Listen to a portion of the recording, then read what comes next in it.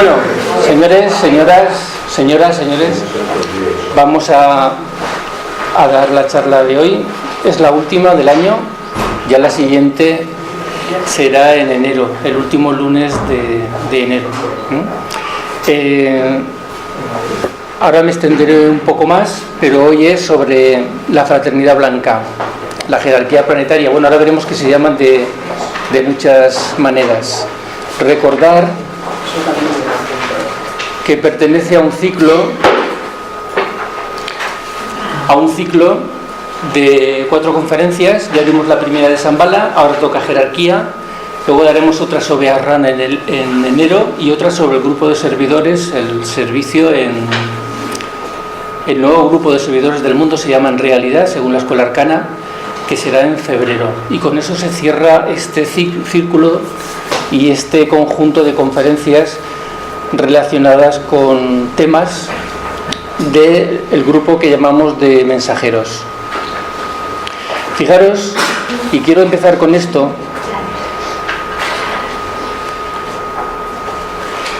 porque aunque es una frase de Torcón, en realidad también es una frase de Jesucristo, también es una frase de Blavatsky, también es una frase de maestros varios, que vienen a decir que cuando un grupo de gente se reúne...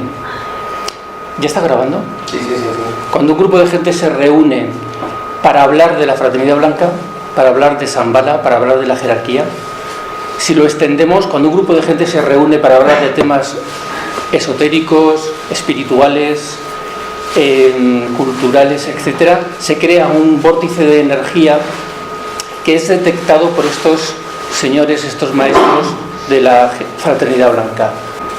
Entonces, fijaros, Blavatsky ya, creo que la frase de Cristo no me acuerdo cómo es, pero viene a decir que cuando 2 o 3 hombres se reúnen en su nombre, Él está con ellos. Es algo así, ¿no?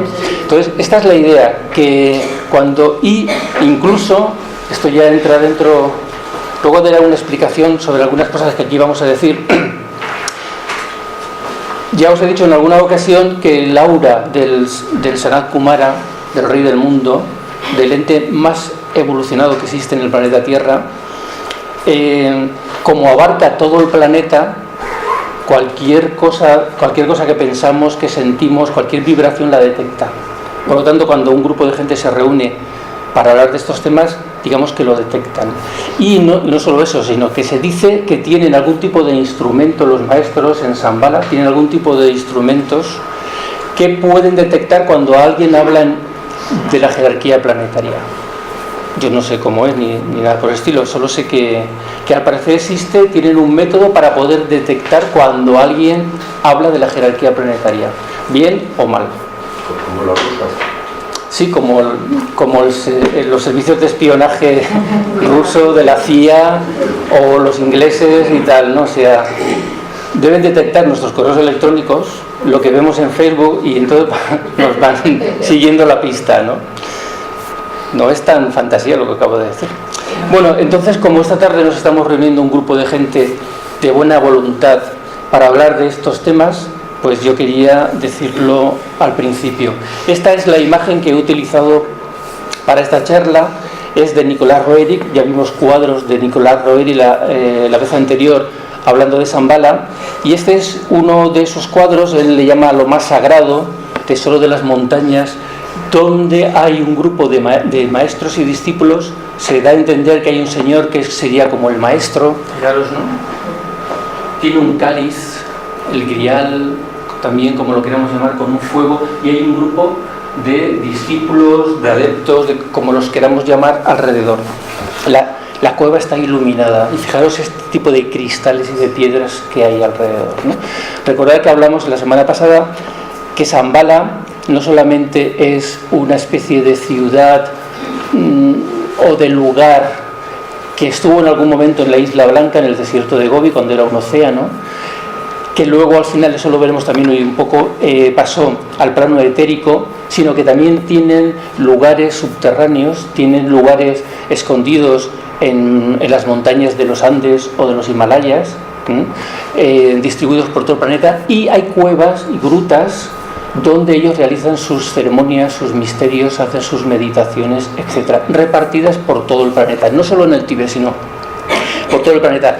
Y no sé si lo dije el mes pasado, Roerik estuvo en Shambhala y tenía de alguna manera permiso de los maestros, especialmente Moria, que era el maestro directo de él, de divulgar todo este tipo de conocimientos. De hecho, tiene un libro que se llama La leyenda de Shambhala, donde cuenta parte de estas cosas que él vivió con su mujer Elena en sus viajes por Asia. Bien, lo tengo que decir, todas estas charlas pertenecen a un ciclo relacionado con estos mensajeros precisamente de Shambhala. Todos estos señores, que algunos los conoceréis y otros no, como lo repito en cada conferencia y casi todos sois habituales, no me voy a extender, pero todos están relacionados directa o indirectamente con la fraternidad blanca. Han sido instruidos de una manera o de otra, o incluso físicamente en el Tíbet, como por ejemplo Roerik o Blavatsky, o han sido instruidos de otra manera por maestros de diferente iniciación, grado, como lo queráis llamar, de Shambhala. Y lo que estos señores nos han transmitido al resto de mortales, sus libros, su propia vida, su ejemplo, todo proviene, es lo que defendemos, la idea que yo defiendo, no solo yo, Torpón Saraidán, por ejemplo, también, viene de Shambhala, es un conocimiento que viene de Shambhala. Por eso nos hemos propuesto en este ciclo hablar de todos estos temas, pero con este punto de vista que se supone que es una enseñanza que viene de Shambhala. Estos son los tres maestros principales que estuvieron en contacto con estos discípulos, con los mensajeros. Hoy vamos a ver en la escala jerárquica de Shambhala, de la fraternidad blanca, dónde está cada uno un poco. Vamos a hablar un poco de otras encarnaciones de ellos y cosas así. Hoy es una conferencia de estas de esoterismo ficción. O sea, vamos a ver de cosas que en realidad, desde cierto punto de vista, no nos sirven para la vida cotidiana, pero nos dan una especie de perspectiva mental de lo que es el plan, la jerarquía de la fraternidad, de los dioses, como lo queréis llamar, en el planeta Tierra, ¿no? Bueno, ahí está un poco los mismos discípulos, el rayo que tienen en relación con estos maestros. Y esta enseñanza que estamos intentando, que yo intento por lo menos, en la medida de mis posibilidades, transmitir, sin hacerlo demasiado complicado y tampoco demasiado sencillo, se le llama de todas estas formas y más. Cada vez que encuentro una nueva forma de cómo se le llama a esta enseñanza, la anoto. Entonces, fijaros, sabiduría de las edades, sabiduría eterna, filosofía eterna, sabiduría antigua, sabiduría secreta de los dioses, teosofía, legado de la humanidad, tradición primordial, el lado oculto de las cosas, etc. Todos en realidad hablan de lo mismo, y por eso veis que hablan todos del plano astral, mental, búdico, átmico, etcétera. Todos hablan de Atlántida, Lemuria, todos hablan de los rayos, etcétera, porque hay una enseñanza base detrás que con el tiempo seguirá profundizando, y en algún momento, ya lo he dicho en alguna ocasión, en el futuro incluso se estudiará en las universidades. De hecho, la carrera, entre comillas, de la jerarquía blanca es muchísimo, 10.000 veces más complicada que cualquier carrera universitaria nuestra. Una carrera universitaria nuestra, para saber algo, un poco de medicina, que pueden ser 5, 6, entre máster y no sé qué, y no sé cuántos, 10 años. Una carrera universitaria de la jerarquía blanca, que son las iniciaciones, son muchas reencarnaciones, son siglos, milenios. Bien, entonces yo digo lo que dije la otra vez. Yo solo sé que no sé nada. Yo soy un estudiante, yo soy un investigador, yo no soy maestro ni nada por el estilo. Yo simplemente llevo toda mi vida, desde que tenía 17 años, estudiando estas cosas. Con el tiempo he ido, yo desde mi punto de vista, por mi forma de ser, separando unas cosas de otras, seleccionando una serie de maestros, de enseñanzas, y he llegado a unas conclusiones, y es lo que transmito. No significa que sea la verdad, es lo que yo, José Rubio, veo. Entonces, y muchas cosas de las que hemos visto y que vamos a ver, pues eso es, como dije la última vez, érase una vez. O sea, es como un cuento de hadas. Y sí, también quiero decir una cosa, y es que yo en mis charlas no intento convencer hay un nivel en todo ese tipo de la transmisión, cuando entréis en YouTube y empezáis a ver vídeos, hay un nivel como muy sencillo, muy básico, donde se quiere convencer a la gente de cosas muy básicas, como la reencarnación, el karma, que existe la influencia de los planetas, los rayos, etcétera, ¿no? Yo no quiero convencer a nadie de eso. Doy por hecho que eso vosotros ya os lo creéis. ¿Entendéis? Yo ya pienso que esa base ya la tenéis y no vengo aquí a convenceros. O sea, yo doy por hecho que creéis en la fraternidad blanca. Por lo tanto, no vengo a convenceros, sino a daros información sobre la fraternidad blanca. ¿Entendéis mi postura? Entonces, no estoy en ese tipo de charlas donde se intenta convencer de unas cosas que ya son tan básicas en el mundo esotérico que yo considero que no vale la pena, porque si no es que no estaríais aquí. Cuando estáis aquí, yo entiendo que eso ya o si no lo queréis a ciencia cierta, porque habéis tenido vuestras experiencias o por la razón que sea, sí que le dais una posibilidad grande de que pueda ser posible, ¿eh? Entonces yo vengo a dar un poco más de información. Bien, y entonces en el concepto de jerarquía, lo primero que nos encontramos, o lo primero que yo, cuando planteo la conferencia, me planteo a mí mismo es jerarquía. ¿Qué es jerarquía? Jerarquía es estamentos. Es que hay un primero, un segundo, un tercero, que hay alguien que está por encima de otro, que hay alguien que está por debajo, alguien o algo. Entonces, el tema de la jerarquía es un tema que se podría dar charlas, conferencias, monográficos de todo tipo, talleres, porque se supone que el universo está construido por jerarquías de dioses en diferente grado evolutivo, y el universo se manifiesta también jerárquicamente desde un absoluto hasta una materia primordial, que luego esa materia primordial va evolucionando para volver al absoluto, ¿no? Entonces, nosotros, así a nivel sencillo, el ser humano, el hombre, nos encontramos con que debajo de nosotros, entre comillas, no estoy en plan despectivo diciendo los animales están debajo de nosotros, sí que no es que sean, hay animales que son mejores que las personas, ya lo sabéis, ¿no? Mi perrico Maki, tenía que haber puesto una foto de es mejor que muchas de las personas que yo conozco, ¿no? Pero sí que entendemos que hay una diferencia evolutiva, ¿no? Entre el mundo animal, entre el mundo vegetal, el mineral y lo que se llama la esencia elemental. Entonces, claro, el ser humano normal y corriente hacia abajo sí que ve que hay una jerarquía, y entonces entiende que hay un cuarto reino humano, animal, vegetal y tal, pero ¿qué hay por encima? Si queremos que existe Dios o algo superior que ha creado o mantiene o dirige de alguna manera el universo, que llamamos Dios así alegremente, ¿qué hay en medio? ¿Entendéis? Entonces mucha gente cree que no hay nada, mucha gente lo interpreta a nivel religioso, y entonces si es católico dice hay potestades, arcángeles, tronos, no sé qué, no sé cuántos, ¿no? Entonces, y en el mundo esotérico se habla pues de maestros, se habla de maestros de diferentes grados, de diferentes iniciaciones, de logias planetarias, logias galácticas, etcétera, etcétera. Entonces, hay una jerarquía, hay una parte que está un poco más oculta, pero que estaría por encima del ser humano. Entonces, el ser humano no es el cumbre de la creación. No estamos. Por encima de nosotros hay, precisamente lo que estamos viendo y vimos la semana pasada, hay más reinos. Hay un quinto reino, como poco, porque esto es muchísimo más complicado, un quinto reino, un sexto reino, un séptimo reino antes de llegar a Dios. Y solo me estoy refiriendo a la evolución del ser humano, porque la evolución del ser humano, los 7 planos clásicos del esoterismo, de la teosofía, etcétera, son solamente la correspondencia de 7 subplanos del plano físico del sistema solar. O sea, los 7 planos en los que se dice habitualmente que el ser humano está dividido, el físico, el emocional o astral, el mental o kamamanas, el manas, el buddhi y el atmano, hablamos de 7 divisiones del ser humano, que está en nuestro desarrollo evolutivo, ir desarrollando lo que nos falta, mana superior, buddhi y atma. Esas 7 subdivisiones corresponden con 7 subdivisiones del universo. Hay un reino mineral, un reino vegetal. Bueno, pues esas 7 subdivisiones del plano que están en relación con el hombre son 7 subdivisiones del primer plano físico del sistema solar. O sea, fijaros lo que puede haber por arriba a nivel evolutivo en el universo. Y puede ser, y sin hablar ya de dimensiones, de las n dimensiones que pueden existir paralelas a la vez, etcétera, etcétera, ¿no?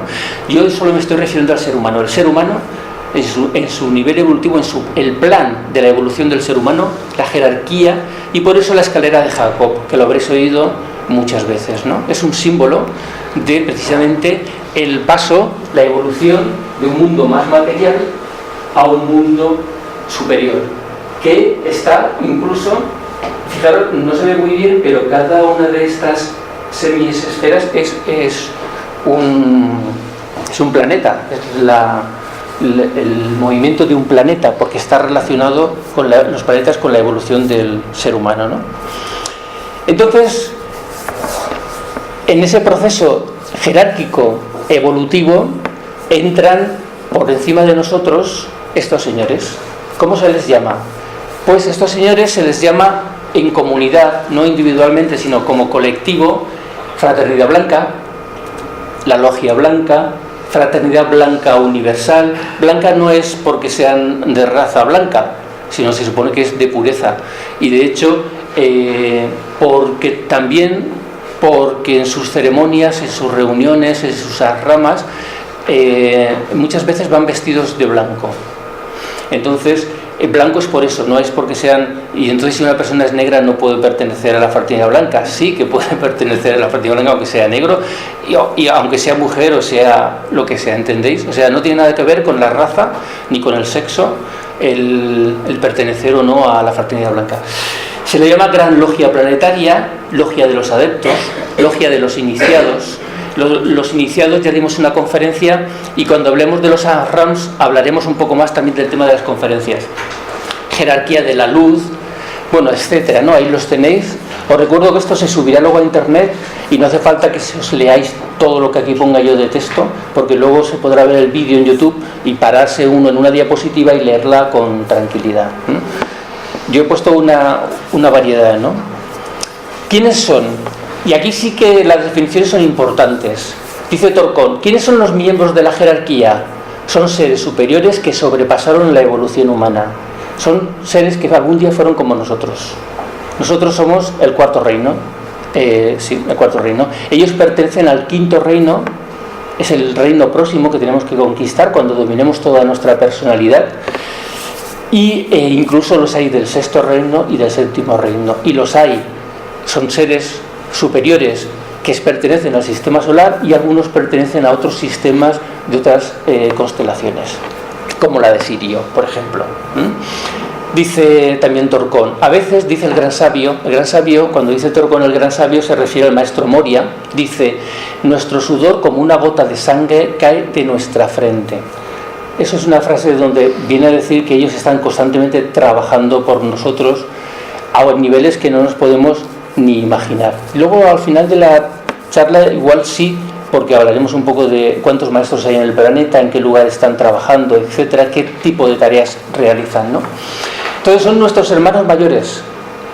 En una familia el hermano mayor ayuda normalmente al hermano pequeño. Hay otras en las que el hermano mayor le pega al hermano pequeño, pero lo normal es que el hermano mayor cuide del hermano pequeño, ¿no? Entonces son nuestros hermanos mayores, no son seres fríos que están ahí, no son nuestros hermanos mayores. De hecho, son seres que han trascendido la etapa humana y sin embargo han renunciado a los siguientes pasos. Cuando se habla del nirvana, por ejemplo, que el Buda renunció al nirvana porque se han quedado con nosotros en el planeta para ayudarnos. Es una labor de sacrificio. O sea, y hay que tener un gran nivel evolutivo, un gran nivel de alma para, siendo tan primitivos como somos los seres humanos, estando el planeta como está, que se queden aquí a intentar ayudarnos. Ellos ya el karma lo han superado, no tienen que estar aquí con los opuestos luchando, etcétera, ¿no?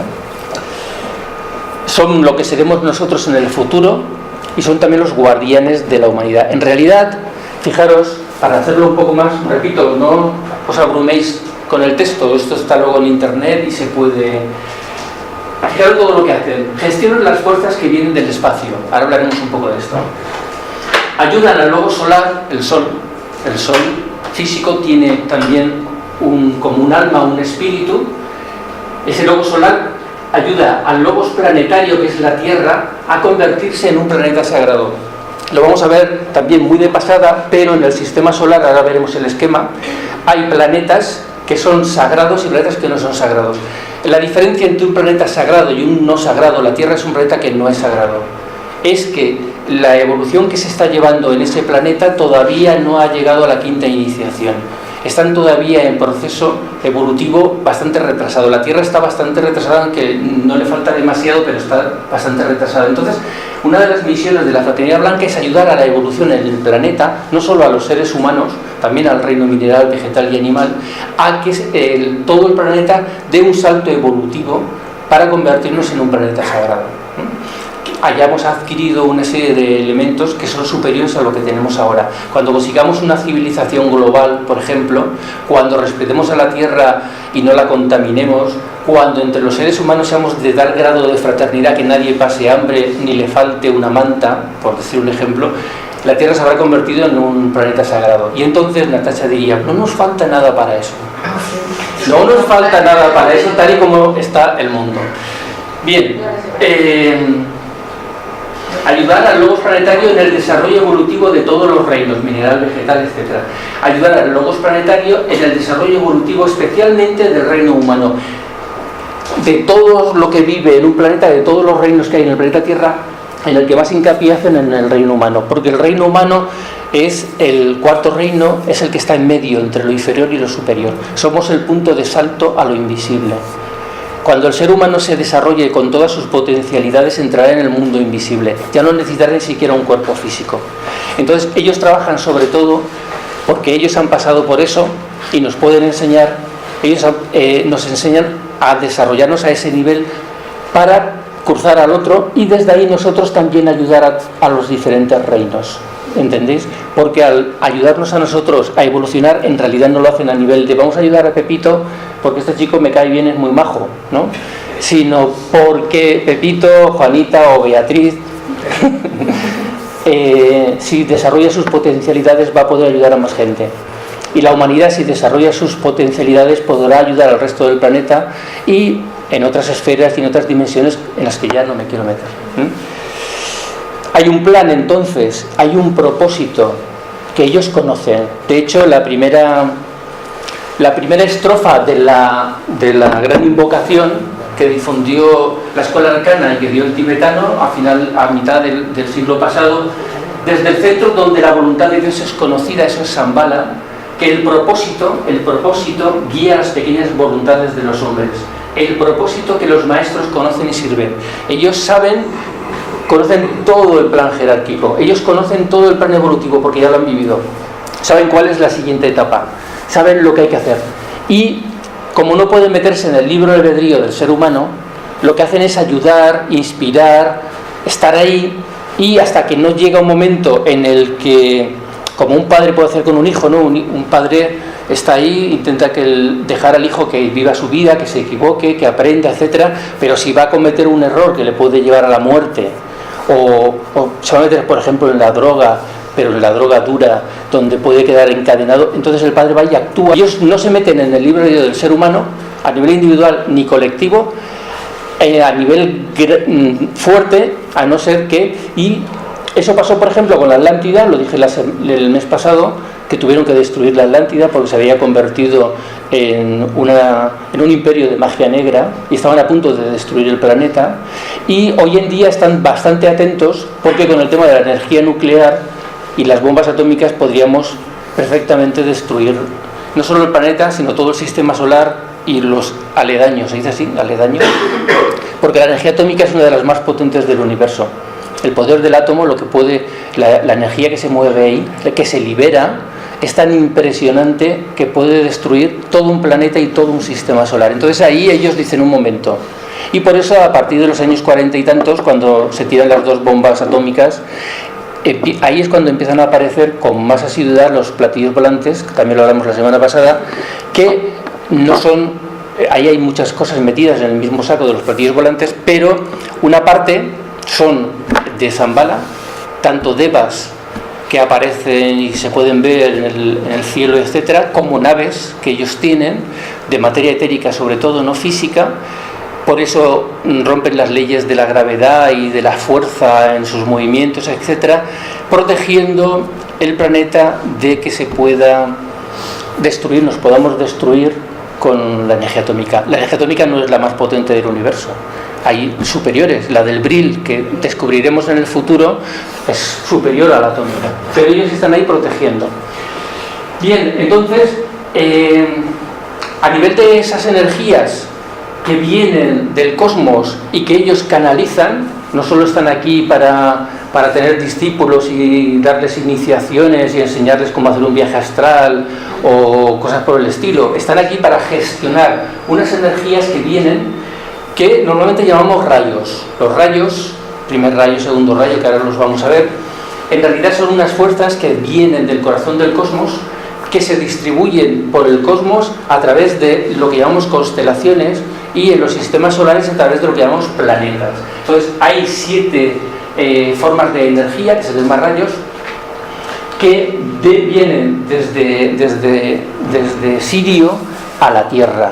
Explicar las relaciones entre la Tierra y Sirio, o sea, el logo solar y Sirio, y dentro del logo solar, nuestro sistema solar, Venus y Sirio, es muchísimo más complicado.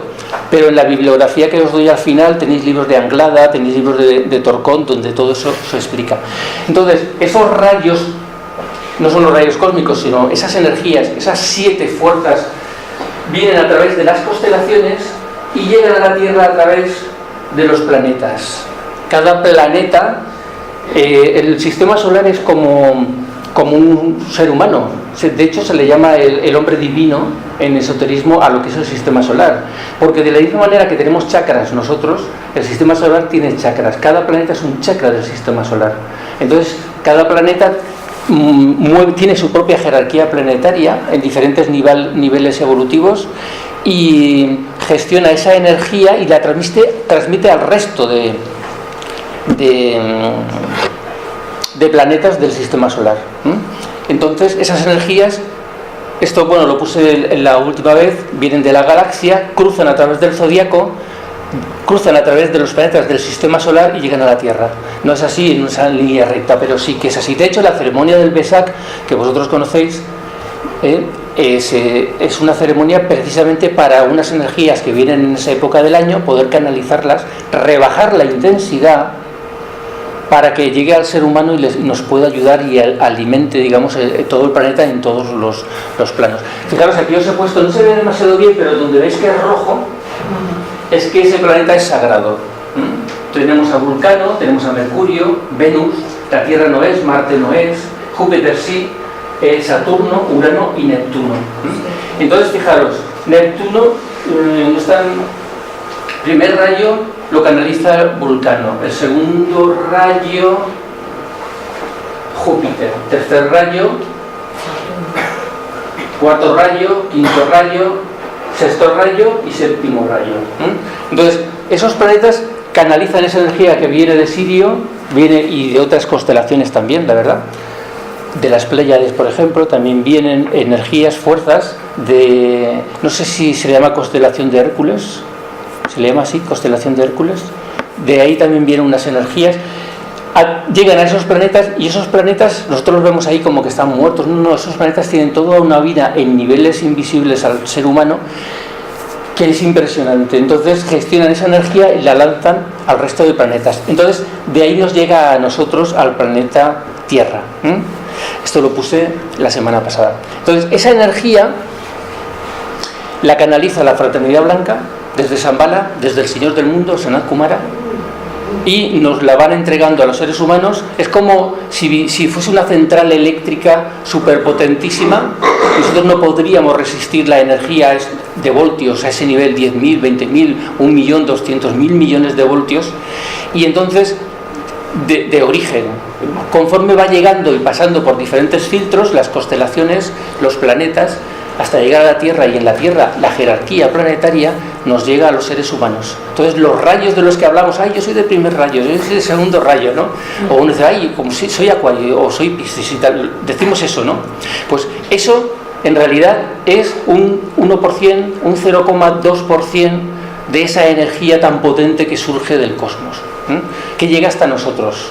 Y de hecho, una de las formas de entender el desarrollo interno de una persona es que cada vez esa fuerza de rayo vaya creciendo y nos vayamos imantando, magnetizando. De hecho, los roelis lo llaman así, el magneto cósmico es esa fuerza que nos empuja desde el centro de la galaxia, y cuanto más nos dejamos llevar o cuanto más nos volvemos espiritualmente, más se va canalizando esa fuerza de rayo dirigiéndonos hacia lo superior. Bien, ¿desde cuándo está la jerarquía planetaria? Bueno, yo ya conté érase una vez el mes pasado, con el cuentecillo de cómo vienen de Venus en sus carros, 105 Kumaras, etcétera, etcétera, ¿no? Ahora ampliamos un poco la idea. He hecho ese esquema para entenderlo. Recordad que los esquemas matan un poco la realidad, ¿no? Porque tienes que decidir qué pones, qué no pones, y elegir palabras para cosas que a lo mejor son conceptos que necesitan un libro para poder explicarlas, ¿no? Pero más o menos llegaron hace 18 millones de años, a mitad de la civilización lemuriana, sería como la infancia de la humanidad, y ahí establecieron en el planeta Tierra dos grandes centros de poder, Shambhala y Ibez. Shambhala, repito, en Gobi, donde había un océano en aquel momento y estaba la Isla Blanca, y Ibez en el centro de América del Sur, en un lugar que es desconocido. Y estos dos centros, Shambhala de una manera e Ibez de otra, siguen funcionando hoy en día. Y estas expediciones que se hacen a América del Sur, a Brasil, que han hecho películas y todo eso, el mito del dorado, están relacionadas de alguna manera con el centro de Ibez. Ahí empezaron a construir sus recintos, ahí empezaron a crear y a mover todo el plan de desarrollo en el planeta Tierra. Ese impacto de llegar aquí a la Tierra a seres tan superiores, o lo que os decía de la energía, impactó en el reino mineral, produciendo los minerales como plata, oro, las piedras preciosas, etc.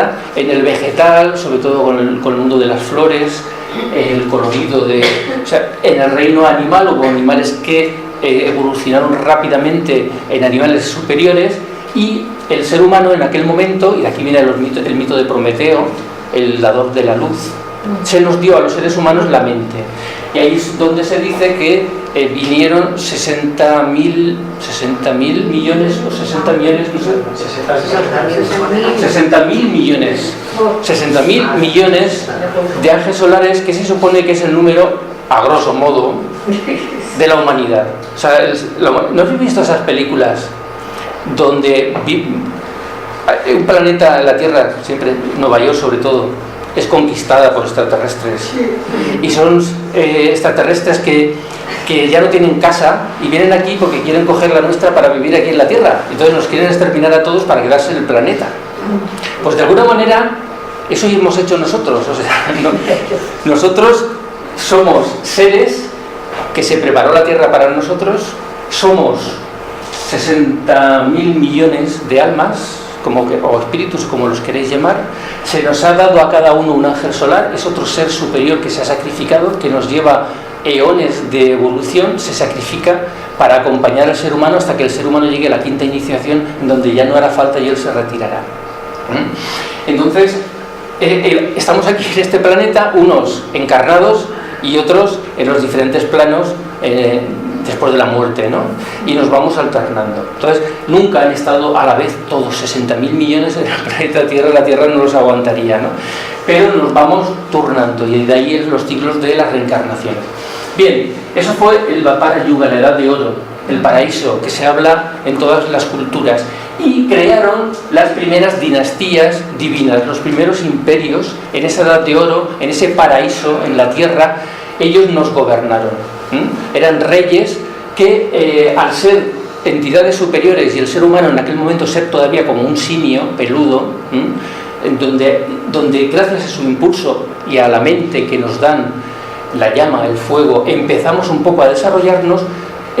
Algunos tuvieron que coger cuerpos un poco primitivos para poder manejarse en el planeta Tierra, y otros crearon, repito, érase una vez, repito, estamos hablando de esoterismo que para muchos podría ser ficción. Yo os transmito las enseñanzas tal y como yo las entiendo y las he estudiado, que no digo que sea la verdad. Entonces, con un poder de la voluntad que se llama Kriya Shakti, se fabricaron cuerpos. Eso se supone que hoy en día todavía maestros lo pueden hacer, y se hace, y son cuerpos aparentemente como el de un ser humano, pero en realidad están creados por el poder de la voluntad. No han tenido que nacer, lo cual a mí me parece genial, porque si nos pudiéramos ir, otro día me pasó, he tenido que dar unas clases a niños de los colegios de Valencia por un tema del ayuntamiento de transparencia, de 7, 8, 9, 13, 14 y 17 años. Horrible, o sea, eso es horrible. O sea, y yo decía, ¿no podríamos nacer y pasar directamente a los 25 años? Sin tener que pasar por la infancia y la adolescencia, porque no sé qué es peor, si la adolescencia o la infancia. Y como en el mundo feliz de Huxley, ¿no? Entonces nacer. Pues estos maestros pueden, no necesitan pasar. Hay maestros que sí, que nacen y se van creciendo y pasan por todos los... Y hay maestros que no, que se crean cuerpos de cría y que les duran, como puede ser el caso de Saint Germain, que vivió tantísimo tiempo. Hay otros que saben cuidar también sus cuerpos, que pueden vivir 200, 300 o 400 años. Quiere decir que hay diferentes opciones, no hay solo una. Bueno, durante ese momento la humanidad se dice que es el momento más glorioso, más bello que ha habido, porque era la infancia.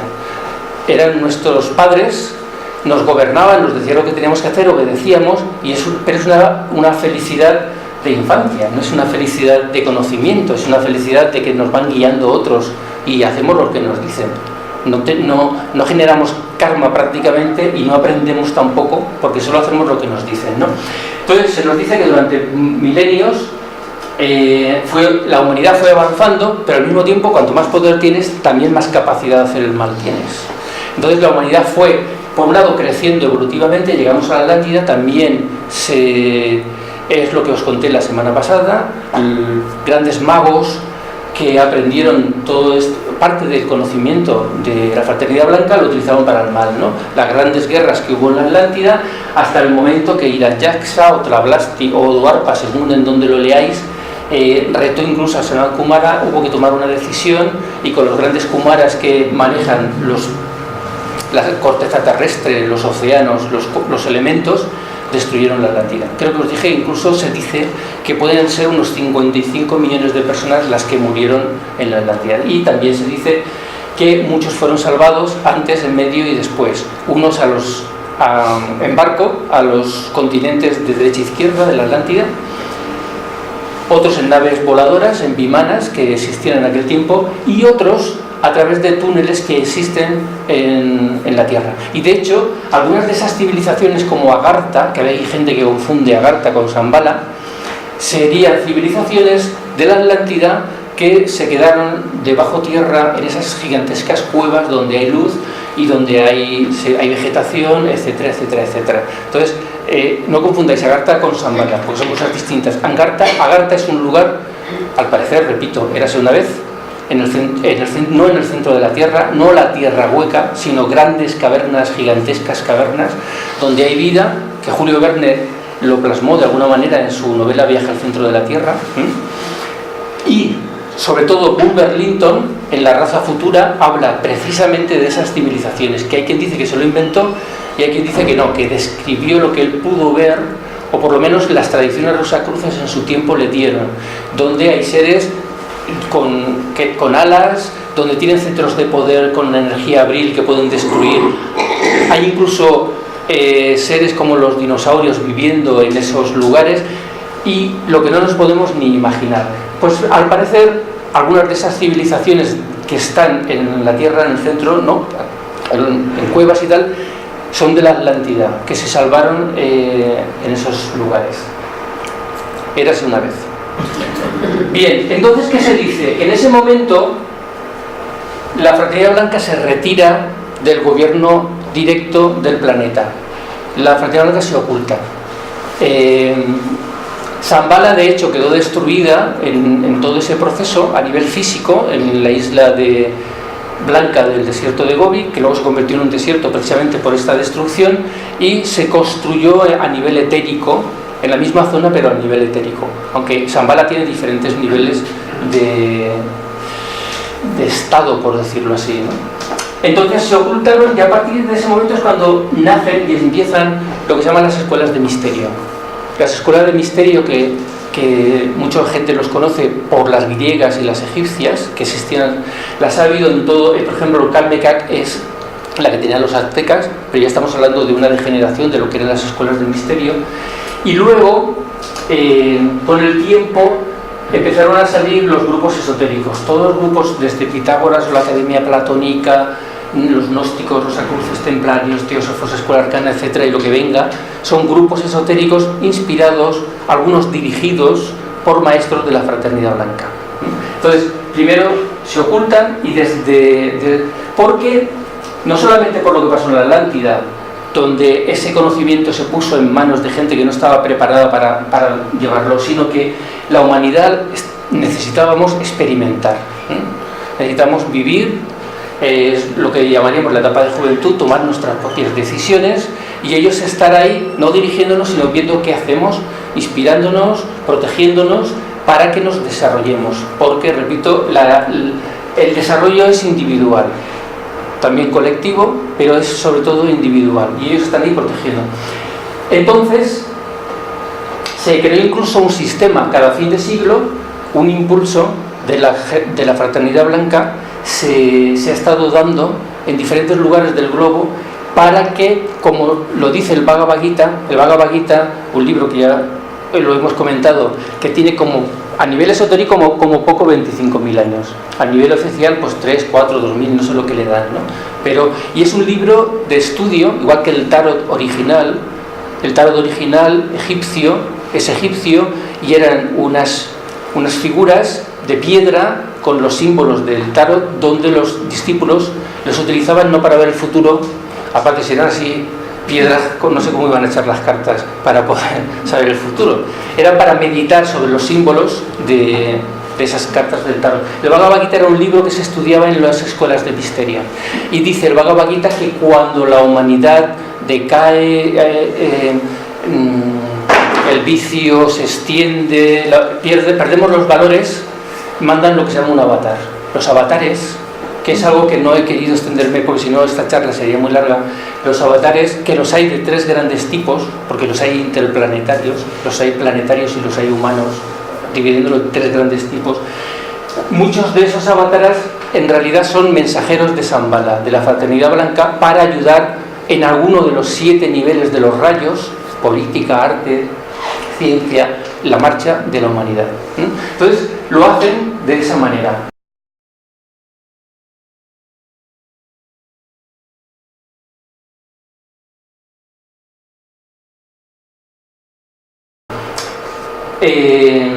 Como también influyen y ellos adaptan el mensaje a las eras zodiacales, lo de Piscis y Acuario, que está tan de moda, y no solamente eso, sino la influencia de los rayos. Cada rayo influye en el planeta Tierra, desde los diferentes planetas del sistema solar, en unas épocas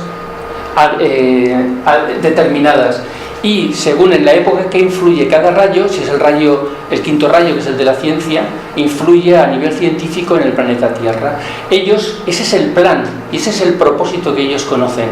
Ellos conocen las influencias zodiacales, conocen las influencias de los rayos, y saben cómo graduar esa influencia al planeta en el nivel que estamos evolutivo. Y como os dije también en una ocasión, que el planeta, todo el sistema solar está viajando en el espacio, vamos a ir encontrándonos a nivel cósmico con zonas de energía que van a influenciar en el planeta Tierra y en la evolución de manera distinta como lo están haciendo ahora. Y ellos eso lo saben. Y entonces lo que intentan es ir dándonoslo poco a poco, según nuestro nivel. Es como, no sé, le puedes enseñar a un niño que está en secundaria, pues lo que se enseña en matemáticas en la universidad en el 3.º o 4.º año. No podría entenderlo. No sé si me explico yo. Bien, entonces, eso es un poco la historia de la Fraternidad Blanca contada de esta manera, ¿no? Entonces, ¿qué pasará en el futuro? En el futuro, estamos entre Piscis y Acuario.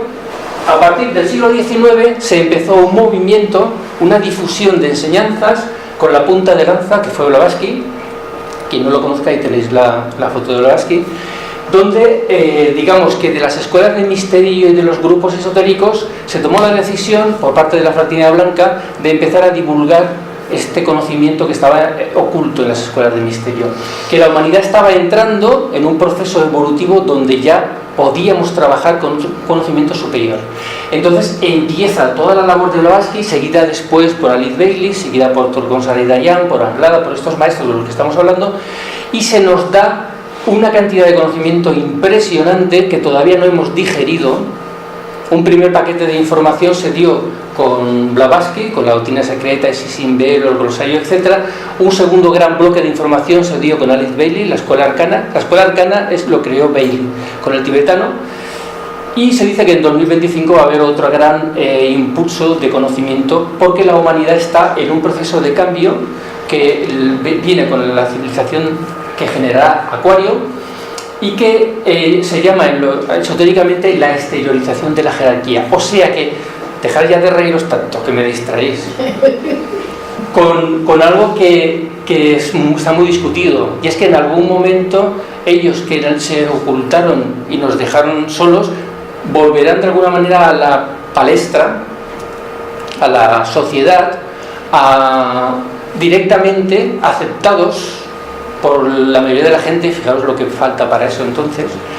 Pero la idea es que en el plan está en que en algún momento la fraternidad blanca no será esos que hablamos de alguien que está por ahí escondidos, no sabemos quiénes son, no, estarán a la vista de todos, creando y ayudando en las universidades, en los estados, en el avance de la ciencia, pero directamente, con nombres y apellidos. Eso es la exteriorización de la jerarquía, y empezó con Blavatsky en el siglo XIX, con la creación de la Sociedad Teosófica y con la divulgación de todo este conocimiento, de toda esta enseñanza. Bien, ¿estáis bien? ¿Os dormís? ¿Seguimos? Es que hoy no voy a poner película, hoy no voy a poner ninguna. Siempre pongo una película, hoy no voy a poner película. Me han dicho que no se ve bien y que se oye muy mal y que no vale la pena, pues igual no pongo película. Iba a poneros un fragmento de la película Contact, de una novela de Carl Sagan, que hay un momento en la parte final muy interesante que vendría, pero bueno, ya la veremos. Bueno, entonces, ¿cómo está compuesta la fraternidad blanca? Y voy a intentar no extenderme demasiado. Pues la fraternidad blanca, la jerarquía planetaria, tiene más o menos esta estructura. Hay varias formas de explicarlo. También podríamos explicarlo con esta estructura. También lo podemos explicar así. Pero vamos a utilizar esta. Tenemos el Sanat Kumara, que es como la expresión física del logos planetario. Hay lo que se llama la Cámara del Concilio de Shambhala, que está compuesta por el Sanat Kumara, está compuesta por 3 Budas esotéricos y 4 Budas exotéricos, por los 4 señores del karma. Estos son entidades, los 7 Kumaras, que representan a los logos planetarios. Esto, la Cámara del Concilio, que es como el núcleo de gobierno, que son entidades que se nos escapa a nosotros, ¿no? O sea, son algunas no vienen ni siquiera de estos planetas. Los señores del karma, por ejemplo, no son los señores del karma, como son los señores del karma, están en todo el universo, pero provienen realmente de Sirio. Son entidades que provienen de Sirio. Y repito, érase una vez. Estamos ya en unos niveles que... Debajo de Sanat Kumara, jerárquicamente, pero trabajando con él, están los 3 departamentos, que ahora veremos un poco más de detalle, pero está el Manu Vaivasvata, el Bodhisattva Cristo, y el maestro Rakosi es el Mahachohan. Tenía que haber puesto Mahachohan. Esos 3 departamentos son los 3 lobos y son los 3 primeros rayos. Los rayos, los 7 rayos, en realidad son 3 rayos, que son los principales, y del tercer rayo surgen el resto de rayos. Están como entintados con la fuerza del tercer rayo. Esos rayos, no hay 7 rayos, sino que incluso en los rayos hay una jerarquía. Hay 3 primeros y 4 inferiores. Entonces, esto es digamos que eso es un gobierno de todo el planeta, muy genérico, por decirlo así, pero los que están relacionados con la humanidad, la fraternidad blanca, serían estos 3. Estos 3 tienen a su cargo 7 Kumaras, los 7 Kumaras, que cada uno tiene lo que se llama un ashram. Lo que pasa es que el ashram lo hablaremos en la siguiente conferencia. Cada maestro, cada chohan, se les llama chohan también, tienen un ashram de primer rayo, de segundo rayo, hasta 7, con una finalidad, con un trabajo a nivel planetario. Cada uno de estos se divide en 7 ashrams. Cada ashram, un ashram es como un lugar de estudio, una escuela, ¿vale? Hay 7 escuelas y cada escuela se divide en 7 subescuelas, de manera que cada una se analiza un rayo y al mismo tiempo 7 subdivisiones de ese rayo. Pero todas surgen, aquí no estaría bien hecho el diagrama, todas surgen del tercer aspecto de la tríada, de los 3 gobernantes del planeta.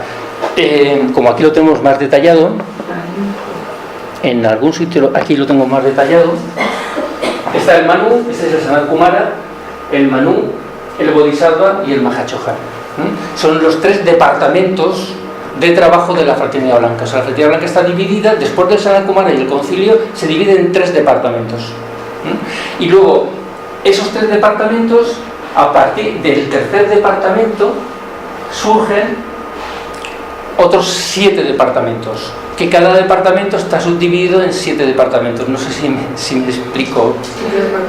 Entonces, el Manu es primer rayo, voluntad-poder, es el departamento que se encarga en el planeta de la política, sobre todo, de los líderes, luego lo veremos con un poco más de detalle. El Bodhisattva, que está relacionado con el Cristo, no con el Cristo histórico, sino el Cristo como Buddhi, como iluminación. Es como dice Torkon Saridarian, es un oficio. Está el oficio del Manu, está el oficio del Bodhisattva y el oficio del Mahachohan. Entonces es un oficio que lo puede... De hecho, los maestros a veces se intercambian en sus diferentes trabajos y se apoyan mutuamente. Aquí está mejor puesto, del Mahachohan salen los otros ashram. Entonces el Bodhisattva es amor, sabiduría, es el departamento que se encarga de que nazca una religión, de los grupos de apoyo, de la Cruz Roja, de movimientos, de todo lo que sea fraternidad, solidaridad, está impulsado, sobre todo si son grupos humanos, están impulsados por este departamento de la Fraternidad Blanca. Y luego tenemos el Mahachohan. El Mahachohan es inteligencia, forma, es el que se encarga de la civilización. Y aquí, claro, entra tercer rayo, cuarto, quinto, entra la ciencia, entra la filosofía, entra el arte, entra algún tipo de devoción religiosa a los místicos, y entra el séptimo rayo, está relacionado con la magia, con el ritual, pero también con las finanzas. Entra todo el tema de la economía, entra dentro del séptimo rayo. Entonces, todas esas manifestaciones están en manos de ese ser, de ese maestro, que actualmente, como he puesto en la otra imagen mal puesto, es el conde Saint Germain Rakoczy, se le llama también. El Bodhisattva está dirigido por el Cristo, y el Manu, que yo sepa, no sé el nombre del ser, del maestro que está dirigiendo ese departamento. Entonces, con esos 3 departamentos, digamos, y al servicio de estos 3 departamentos están todos los maestros de la Fraternidad Blanca. La Fraternidad Blanca no solamente son seres que fueron hombres, que ahora están más evolucionados y son nuestros hermanos mayores, también hay una jerarquía de devas, de elementales, de espíritus, como los queréis llamar, angélicos, que trabajan en los diferentes niveles de la realidad, del plano terrestre, los que se llaman los 4 elementos. Bien, antes de empezar a hablar de cada uno de los maestros, esto es un esquema que lo utiliza la escuela arcana, donde tenemos a Shambhala, tenemos la jerarquía y tenemos la humanidad. Estamos hablando de la jerarquía planetaria, estamos hablando de la Fraternidad Blanca. Entonces, están esos 3 niveles. Shambhala con el concilio, en la cámara del concilio, donde está el Sanat Kumara sobre todo, está la jerarquía, que son los diferentes maestros, los 7 grandes chohan, los 7 grandes maestros, con sus discípulos, con diferentes grados iniciáticos, etcétera, etcétera, en los ashramas. Y está la humanidad, nosotros, abajo, que se supone que nos están ayudando. Cuando demos el mes que viene la charla de los arramas, veremos con mucho más detalle las divisiones que hay, a cargo de quién está cada subescuela dentro de la gran escuela, cuál es el proceso interno que no es que está relacionado con lo que vimos de las iniciaciones, pero va a ser con más detalle, porque por ejemplo en el tema de las iniciaciones no hablamos del proceso como una persona normal y corriente contacta con una RAM,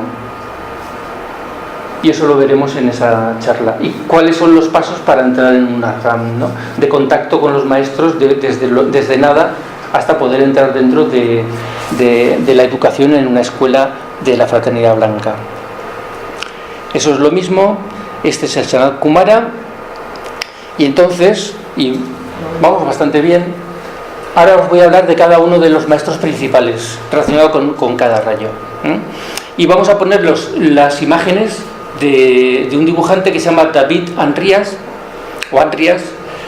que era teósofo, estuvo en la Sociedad Teosófica de la India, estuvo trabajando con Anibesan, estuvo en las montañas Nilgiri, no sé si os suena alguno las montañas Nilgiri, que son las montañas azules de las que Blavatsky escribió un libro, donde están los Todas, que son unas tribus que por un lado parecen muy primitivas, pero en realidad son muy evolucionadas, pero claro, no tienen tecnología, su tipo de evolución no tiene relación con la tecnología.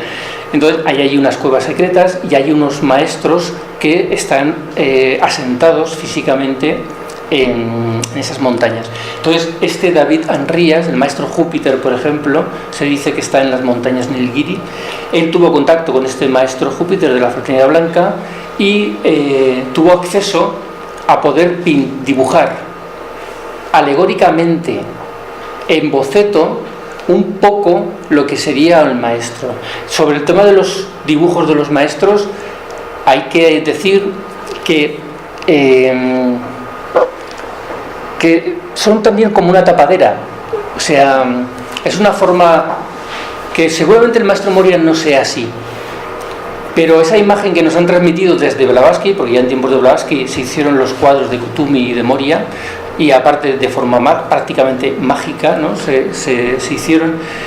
Es muy posible que no sean así, pero nos han creado esas imágenes para que tengamos una especie de foco de devoción y de foco ¿entendéis? De centrarnos en eso.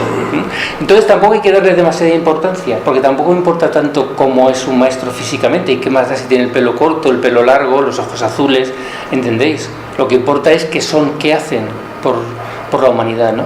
Entonces hay muchas imágenes del maestro Moria y de los otros, pero yo voy a poner las de Andrea. Este hombre, a mí, igual que la selección de mensajeros está muy filtrada, está muy elegida, muy pensada, este hombre, hay otro escritor que se llama Michel Coquet, que tiene un libro sobre la Fraternidad Blanca, lo pongo en la bibliografía. También está bastante ubicado, no sé si me explico con esto. O sea, hay mucha literatura que hay cosas que uno dice, bueno, ¿de dónde han sacado esto? Y luego hay literatura que dice, este parece que esté más o menos centrado. Evidentemente, siempre desde mi subjetividad. ¿Quién es objetivo? Es imposible ser objetivo en el universo si no eres Dios. Pero desde mi subjetividad, yo cuando leo, investigo y tal, digo, mira, aquí están más o menos. Y no porque se acerque a Blavatsky, os recuerdo que yo cojo Blavatsky, Roerich, el Agni Yoga, la Escuela Arcana, Vicente Beltrán Anglada, y los meto todos en el mismo paquete. Sin embargo, en el mundo real, la Escuela Arcana se pega con la Escuela de Agni Yoga. O sea, unos dicen que los otros son farsantes, y esos dicen que Anglada se inventó la mitad de lo que decía. Y otros critican a Blavatsky diciendo que se inventó los maestros y que era una medium que le dictaron la doctrina secreta a saber quién. O sea, que en el mundo real los diferentes grupos, la gente de Ayn Rand, de la Fraternidad Blanca Universal de Ayn Rand, son muy, muy de ellos. Y no, vale, aceptan que hay otros maestros y tal, pero consideran que la verdad la tienen ellos. Y casi todos los grupos piensan que la verdad la tienen ellos. Lo cual es algo que cuando tienen parte de la verdad, ¿no? Pero la verdad no la tienen. Yo creo que ni la Fraternidad Blanca tiene la verdad, porque incluso ellos están evolucionando y por encima de ellos hay conocimientos que todavía no han aceptado. Por eso existen las iniciaciones. Recordar, cada iniciación es una amplitud de conciencia. Entonces, hasta que no lleguemos a la última iniciación y no sabemos realmente cuántas hay, si hay 7, si hay 9, si hay 12 o si hay más, porque luego están las iniciaciones, la amplitud de conciencia en el planeta, las iniciaciones relacionadas con el sistema solar, pero luego están las relacionadas con Sirio, lo que se llama la logia azul de Sirio. Pero es que en Sirio no se acaba el universo, ni la galaxia, ¿entendéis? La amplitud de conciencia. Entonces, hay autores que me parecen que son más o menos que están en la línea, ¿no?, de estas enseñanzas, y este lo es, el tal. Y nos hizo unos dibujos. Entonces, primer rayo es el maestro Moria, voluntad de poder. No quiero extenderme demasiado porque si no, si de cada uno de los maestros me pongo a hablar y a ver sus historias, no acabaríamos nunca. Pero, bueno, casi todos los arran están en mano del maestro Moria. El maestro Moria es un maestro marcial, es un maestro de primer rayo, como lo era Blavatsky. Es de una actitud no blanda, sino viril ante la vida, no sé cómo explicarlo. Entonces está a su cargo en las naciones, los líderes de las naciones. Inspira, pues yo que sé, por ejemplo, Roosevelt, Churchill, se dicen que si no fueron directamente discípulos de la Fraternidad Blanca, estuvieron inspirados por el maestro Moria o alguno de sus discípulos. No sé si me entendéis la idea, ¿no? Entonces, la política mundial, la diplomacia, yo lo he oído varias veces y me lo creo. Muchos discípulos y maestros de menor grado que Moria están hoy en día en las embajadas de Nueva York, de Washington, de Rusia, de Inglaterra, de los centros de poder, de alguna manera intentando, repito, no metiéndose en el libre albedrío de los países, pero sí ayudando. Las Naciones Unidas se dice que es una inspiración de la Fraternidad Blanca, que algún día no es lo que deberá de ser. Algún día las Naciones Unidas tendrán un papel muchísimo más importante que ahora y realmente será el órgano que rija el planeta cuando sean lo que tienen que ser, ¿no? Entonces eso está inspirado por la Fraternidad Blanca y sería Moria por primer rayo el que estaría trabajando en ese nivel a nivel planetario. La diplomacia, todo eso está relacionado con el maestro Moria. El siguiente maestro son los que más se conocen. Bueno, maestro Kutumi, el maestro Moria y el maestro Kutumi tienen los dos una relación muy especial. De hecho, son los principales maestros de Blavatsky. Están siempre en Occidente, sobre todo, impulsando en Occidente mucho todo lo que pasa a nivel esotérico, ¿no? Él sería el que canalizaría el segundo rayo, que es el del amor, el de la sabiduría, la religión, la educación espiritual, el sentido del altruismo. Todo lo que sea filantropía, solidaridad, está inspirado por el maestro Kutumi. Por eso os decía en alguna ocasión que las cartas de los maestros a Sinet, unas son del maestro Kutumi y otras son de Moria. Cuando son del maestro Kutumi son amorosas, son pacientes con Sinet y su ignorancia, y cuando son del maestro Moria son directas, son a veces crudas y asusta un poco, ¿no? Bien, trabajó con Blavatsky, se presentó a Alice Bailey cuando era jovencita, anunciándole que 30 años después, si ella evolucionaba como se esperaba, podría colaborar con la Fraternidad Blanca. Y también está relacionado con Vicente Beltrán Anglada, está relacionado con Torcon Saridayan, etcétera, ¿no? El segundo rayo, Kutumi, se dice, no he tenido tiempo de cada uno de los maestros decir quién fue en anteriores reencarnaciones, solamente de 3 o 4 lo he podido poner. Entonces se dice que Pitágoras fue una reencarnación anterior del maestro Kutumi. Anterior. O sea que el actual maestro Kutumi en una reencarnación fue Pitágoras y difundió todo lo que se enseñaba en la escuela pitagórica, porque la escuela pitagórica es bien estudiada, se parece mucho a lo que pretendía ser la sociedad teosófica y a lo que fue los neoplatónicos en Egipto y en el mundo helénico a principios de era. Podían entrar hombres y mujeres, había una serie de pruebas para poder entrar, para que te aceptaran, había que hacer voto de silencio durante 5 años, había que saber matemáticas, geometría, había una instrucción más exotérica y había una instrucción más esotérica, más profunda, y se dice que fue el Kutumi, el actual maestro Kutumi en aquella reencarnación. Tercer rayo, es el rayo de la inteligencia, también de la filosofía, de la educación espiritual, de la comunicación. Todo lo que tiene que ver con la comunicación está relacionado con el tercer rayo. El tercer rayo está relacionado evidentemente con el tercer departamento de la jerarquía planetaria. Y se dice que el maestro es el veneciano. El veneciano es un maestro italiano, actualmente en esta reencarnación, con cuerpo físico. Eso sería un esbozo de la apariencia que puede tener. Recordar que los maestros, como llevan una vida más higiénica que nosotros, más acorde con las leyes, digamos que comen mejor que nosotros, no porque tengan más dinero para irse a un mejor restaurante, sino que saben elegir la combinación de comidas, comer lo que necesitan, el tipo de alimento, llevan una vida más sana, de meditación, de respiraciones, pranayamas, etcétera, etcétera. Su vida es mucho más larga y más sana, se mantienen jóvenes durante más tiempo, ¿no? Luego el cuarto, se dice que el pintor Paolo Veronese, sobre 1500, fue la anterior reencarnación del veneciano. Esto es interesante, esto es, repito lo que he dicho al principio, no nos sirve para la vida cotidiana, esto no nos sirve para enfrentar una crisis, no sirve para, si se nos ha muerto un ser querido, vencer el duelo, no nos sirve para enfrentar las dificultades de la vida, de la enfermedad, de la pérdida de trabajo y tantas cosas que nos pasan día a día, ¿no? Pero estamos hoy, en estas conferencias estamos un poco como haciendo una especie de burbuja, ¿no? Donde nos permitimos entretenernos un poco con estas cosas, que no es que sea mentira, bueno, si uno se cree esto, ¿no?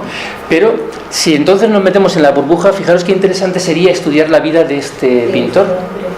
Igual que Tintoretto, no sé si es la reencarnación de algún, pero se dice que era un maestro y que en sus pinturas, que incluso llegaba a mezclar con las tintas, con los óleos, piedras preciosas trituradas, para que al pintar no solamente los colores, sino los cuadros tuviesen un valor esotérico, porque no por el valor de una piedra preciosa, sino por la energía que canaliza una piedra preciosa. Pues no es lo mismo una amatista que un rubí. Entonces cada piedra preciosa canaliza un rayo, canaliza un tipo de influencia astrológica. Si eso lo sabes combinar con los colores que tienen un poder a la hora de pintar un cuadro, ese cuadro tiene que tener una fuerza que una persona, que es lo bueno del arte, una persona aunque no tenga conocimientos artísticos ni técnicas, la influencia del arte le llega, como te llega la música aunque no sepas tocar un instrumento, ¿no? Entonces se dice que Paolo Veronese fue la anterior reencarnación del veneciano. Cuarto rayo, Maestro Serafis. El Maestro Serafis es el arte de la belleza, de la armonía, de la cultura, de la creación en todas las manifestaciones y del sentido de ética. A mí la verdad es que si se parece a lo que ha dibujado este hombre, tiene una expresión un poco extraña, ¿no? Porque está ahí como triste, ¿no? Está como mirando con tristeza, ¿no? Pero sí que desde luego no se parece porque a veces los maestros todos se parecen, todos están así, dices, parece que han hecho variantes de la misma imagen, ¿no? El maestro Hilarión, a mí yo le tengo cierto aprecio a este maestro por diferentes circunstancias, pero es un maestro que ayudó a Blavatsky, le salvó 2 veces la vida en sus tiempos, en sus viajes. Ayudó a Mabel Collins a escribir Luz en el Sendero. Dicen que ayudó a Blavatsky a escribir La Voz del Silencio. No me cuadra, porque La Voz del Silencio se la aprendió Blavatsky en el Tíbet de memoria, y luego lo que hizo fue transcribir lo que se había aprendido de memoria, pero a lo mejor algunas frases o algunas palabras no se acordaba y podía haberle ayudado al maestro Hilarión, no lo sé. Está relacionado con la fundación de la Sociedad Teosófica desde el principio y su desarrollo. El maestro Serafis también, es más, el maestro Serafis fue directo maestro de Olcott, con Blavatsky, el segundo principal fundador de la Sociedad Teosófica. Está relacionado, es muy con el mundo moderno, con la ciencia. Con la ciencia, con la investigación. Repito, una de las formas que tienen los maestros de ayudar a nivel evolutivo es lanzar formas mentales, lanzar ideas, lanzar fuerzas que algunos la captan y otros no lo captan. Yo no sé si os habéis dado cuenta alguna vez, esto pasa en el cine, de repente durante una temporada nos sacan 3 o 4 películas donde el tema principal de la película es que un meteorito va a destruir la Tierra. Y no hay una, sino que hay 3 o 4 películas. Entonces, la versión más terrestre es que se han copiado los guiones o las ideas, los estudios que hacen en las películas, que eso pasa. Pero también es verdad que hay como una influencia que determinados... La gente creativa es gente que capta las inspiraciones, de ahí las musas. Una persona creativa en cualquier campo está receptivo a la inspiración. Entonces esa inspiración es como lluvia que cae, digamos, de la fraternidad blanca. Y entonces los científicos también tienen esa faceta, por un lado creativa, porque ellos crean, investigan y nos traen sus inventos, sus descubrimientos. Entonces el maestro Hilarión se encarga de impulsar eso en todos los ámbitos. Y a veces hay diferentes científicos en diferentes lugares del mundo que están trabajando en lo mismo, porque han captado la misma idea. Todo el avance a nivel de ADN genético que se empezó a trabajar en varios lugares del planeta a la vez, es un impulso, se dice, de la jerarquía, a través del maestro Hilarión. Y de hecho, relacionado con la próxima civilización que tiene que venir, porque llegará un momento en que estamos en la burbuja de esoterismo ficción, era así una vez, llegará un momento en que el hombre y mujer desaparecerán, hombres y mujeres, y vendrá un ser superior. Lo que veis en la imagen, ¿no? Pues mira, andrógeno. Sí, eso es lo que se supone que tiene que venir. Se dice que fue Jan Blico. No. A ver, yo también soy andrógino, no te digo. Jan Blico, no sé si lo conocéis, es un teurgo neoplatónico de esos neoplatónicos que os he mencionado, de la época de Plotino, Porfirio, en Egipto. Que tiene un libro que se llama Los Misterios de Egipto, de lo mejor que hay. Habla de la teurgia, que es la comunicación con los dioses, rituales, fórmulas para conectar con los dioses. Se dice que fue la anterior reencarnación del maestro Hilarión. Y también Pablo de Tarso. Ese dibujo, hay más por ahí, pero este dibujo de este dibujante pues lo he traído por eso. Se dice que Pablo de Tarso pudo ser la anterior encarnación del maestro Hilarión. Luego tenemos esto rayo, devoción, mística, los santos canalizan el sexto rayo, y ahí está, y tenemos ahí el maestro Jesús. El maestro Jesús, el que crucificaron, el maestro Jesús, el nazareno, el esenio, que estudió con los esenios y que luego pasó todo lo que se podía dar una conferencia muy bonita, pero como de Jesús se habla mucho, la verdad, yo creo que se habla mucho de Jesús y de todo lo que le pasó, tampoco quería entrar en demasiados detalles, pero todo lo que es la devoción, todos estos rayos tienen su punto medio, su exceso y su defecto. Su punto medio, su exceso y su defecto. En el caso de la devoción de sexto rayo, a nivel personal, porque esto... las personas tenemos un rayo de personalidad, un rayo de alma, estamos influenciados por los rayos de la nación. Nuestra nación tiene un rayo, cada nación tiene un rayo, cada continente. Entonces, una persona excesivamente devocional es un fanático. ¿Entendés? Bien, en el caso de Jesús se dice que posterior a su encarnación con Jesús fue Apolonio de Tiana. Apolonio de Tiana es un personaje interesantísimo, se podría dar una conferencia muy bonita. O sea, ya he hablado en clases, en conferencias de él. Hay un libro de Filóstrato que está en clásicos griegos, o sea, no peca de esoterismo, es un libro clásico recuperado de las obras latinas, grecolatinas, donde cuenta las aventuras, la vida de Apolonio de Tiana, de dónde nació, cómo fue a estudiar a Egipto, cómo fue a estudiar a Caldea, cómo fue a estudiar con los gimnósofos de la India, lo que aprendía, cómo su régimen vegetariano, cómo era, qué tipo de ropa llevaba, porque está lleno de esoterismo, cómo vino a España, a Cádiz, a ver el templo de Hércules, cuando aún estaba el templo de Hércules en una islita cerca, en la costa de Cádiz, que ahora está hundido, las 2 columnas que había en aquel momento, con inscripciones que nadie conocía, pero que él sí que sabía, porque era lenguaje hablante, etcétera, etcétera, etcétera. Entonces se dice que fue la siguiente encarnación de Jesús, y que de hecho se estaba preparando a nivel jerárquico, a nivel de porque la fraternidad blanca tiene planes para nuestro desarrollo, pero los seres humanos somos tan negados que a veces iba a decir una palabrota, pero les estropeamos los planes, ¿no? Y entonces ellos tienen sus alternativas. Sí, exacto. Entonces se dice que el banquillo tenían a Apolonio de Tiana. ¿Entendéis la expresión, no? Lo tenía ahí como en el fútbol, preparado para salir si fallaba Jesús. Jesucristo. No tienes la misma época que vivió con Jesús, ¿no? No. Tres antes de Cristo, no te... Es que Jesucristo no se ponen de acuerdo, pero se dice que fue 100 años antes de la era tal y como 105 años llegan a decir que es Cristo. Que yo un día hice una broma con eso y nadie la entendía. Claro, bueno, no la hago porque no vale la pena.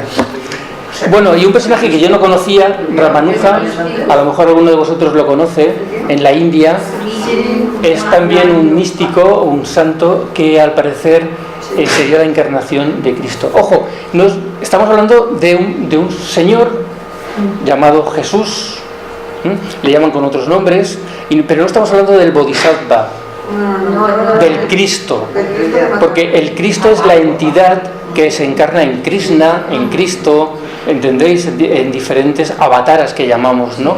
Estamos hablando del Jesús que después de ceder su cuerpo y toda su personalidad a la entidad que llamamos el Bodhisattva, el Cristo, cedió su pureza y su entrega, cedió su cuerpo en todos sus planos para el mensaje que tenía que dar, ¿no?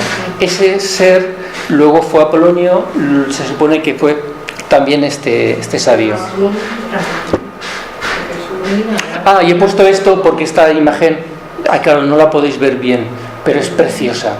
Es una imagen de la sábana santa, idealizada de la sábana santa, y con los ojos azules, que aquí no se detecta muy bien, pero cambia totalmente el rostro con esos ojos azules.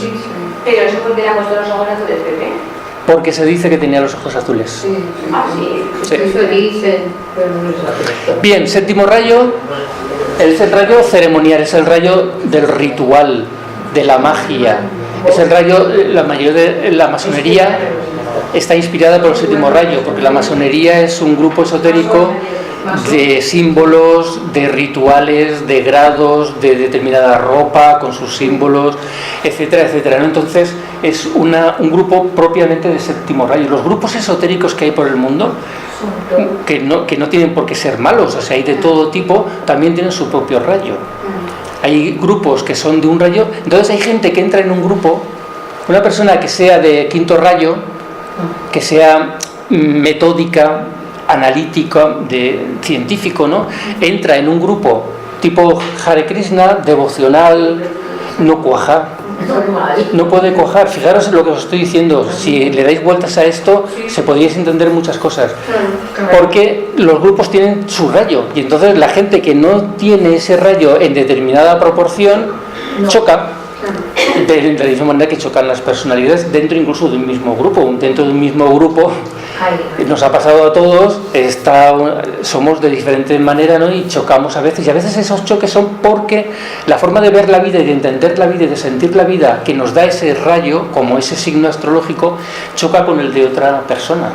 Y estamos a lo mejor viendo los dos las cosas bien, pero como lo vemos con nuestro matiz.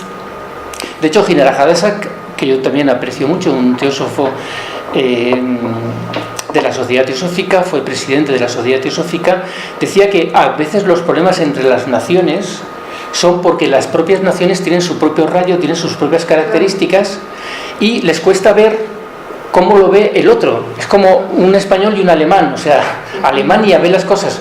A la hora de hacer, no hay montones de chistes sobre cómo haría un trabajo un alemán, cómo lo haría un español y todo lo demás, o un francés. Entonces, ¿por qué? Porque hay una característica de rayo, ¿no? Y a veces no se entienden los países porque no se pasa por encima de esa fuerza de rayo, ¿no? Bien, entonces es el del ritual, es el de la magia, la realización de ideas correctas, la aplicación de la magia a un nuevo orden social, la organización perfecta y sobre todo, aunque lo he puesto ahí en pequeñito, las finanzas y la economía. Todo el mundo de Wall Street, todo el mundo de la bolsa, todo el mundo económico de los países está regido por el séptimo rayo. Son masones también. Y por eso muchos son masones. Acabas de dar una clave. Por eso muchos son masones, porque entra dentro de ese tipo de características del séptimo rayo. Y de hecho, por eso la Fraternidad Blanca tiene a maestros y discípulos metidos en esos ámbitos, porque en algún momento, ya lo he dicho yo también alguna vez, en algún momento el sistema capitalista, tal y como lo entendemos, tiene que cambiar, porque no es justo, no es un sistema justo. No estoy defendiendo el comunista ni ningún otro, digo que el capitalista no es justo y tiene que cambiar. Tiene muchas virtudes, pero también tiene defectos, y tiene un defecto de base esencial, que es que es la compra, la oferta y la demanda, ¿no? O sea, la producción y la compra y el tener cosas. Es la base del sistema capitalista, el tener, comprar. Y eso tiene que cambiar. De hecho, hay un elemento en el que yo no me he metido demasiado en toda la enseñanza del tibetano y por ende entonces de Shambhala, que es el tema de la economía. Hay grupos que incluso hacen meditaciones para mover el dinero, por decirlo así. Lo que pasa es que suele malinterpretarse y se hace a nivel egoísta, de a ver si me toca la lotería, a ver si encuentro un buen trabajo, a ver si me suben el sueldo. Entonces hacen invocaciones para que pasen esas cosas, ¿no? En realidad no es esa la idea. La idea es que para que se exteriorice la jerarquía, para que los planes de la jerarquía a nivel educativo, de universidades, a nivel artístico, de cambio de paradigma en la ciencia, etcétera, va a hacer falta dinero. Sin dinero no se puede hacer, ¿no? Entonces se busca que haya no solamente material humano, no solamente grandes intelectuales, no solamente grandes científicos, sino también, evidentemente, ¿qué es el dinero sino energía? Prana. El prana, sin el prana no podríamos vivir. Una sociedad no puede vivir sin prana. De hecho, si viéramos cómo vemos las carreteras en un país, el movimiento de dinero, cómo se mueve, cómo entra en los bancos, sale en nuestra cuenta, a final de mes entra en mi cartilla y el día siguiente ya se ha ido todo el dinero. Sí, pues eso, imagínate familias y familias y familias, sin hablar de las que ni siquiera les llega dinero, que no entro en eso, ¿no? Eso es energía, prana, que se está moviendo por todo el planeta. Entonces, eso es importante, eso no hay que dejarlo de lado. Y de hecho, un buen discípulo debe de poder manejar el tema económico. Un discípulo no puede ser una persona llevada por la vida porque ahora no tengo trabajo, ahora no tengo dinero, ahora no sé qué, ahora no sé cuándo. El verdadero discípulo, una de las cosas que tiene que conseguir es un equilibrio en su mundo económico. Igual que un equilibrio a nivel físico de salud, un equilibrio a nivel mental, de mente clara, pura, a nivel emocional, de bondad, etcétera, etcétera, ¿no? Y el tema económico es importante. Lo digo porque en el mundo de la nueva era, malentendido, a veces uno cree que eso no importa. Y como hay gente que dice, no, a mí los maestros me protegerán, y entonces le cortan un pie. O le pido al universo. No, uno se tiene que fraguar su destino. Esa es otra cosa interesante, en los Arran lo veremos mejor. Los maestros no nos solucionan la vida. Los maestros no van a solucionar, aunque fuéramos discípulos en probación, no nos van a arreglar nuestros problemas de pareja, no nos van a arreglar nuestros problemas económicos, no nos van a arreglar nuestros problemas con nuestros hijos, con el vecino o con el de trabajo, el CABRON del trabajo. No lo van a arreglar, porque eso lo tenemos que arreglar nosotros. O sea, ellos están ahí impulsando, inspirando, pero esperando que tú crezcas, que tú venzas tus circunstancias y te pongas a disposición de poder. Ahora, que luego lo veremos, os daré cifras de la gente que lo ha conseguido. Hay cifras de la gente que lo ha conseguido. Sí, bueno, esto es una anterior reencarnación, porque estamos hablando de Saint Germain, también se le llama Rákóczi. Roger Bacon, bueno, no sé si dice así, Bacon, y Francis, también Bacon. Ambos en años, evidentemente en periodos históricos muy seguidos pero diferentes, se dice que fue el conde Saint Germain. Pero el conde Saint Germain sabéis que está en todo el proceso de la Revolución Francesa, también rusa, y en toda la Europa de aquel tiempo, ¿no? Bien, y ya estamos acabando. Solo dos cosas más y acabamos. Esto lo he puesto porque esto es algo personal mío, ¿no? O sea, yo cada vez que doy una charla, lo he explicado alguna vez, ¿no?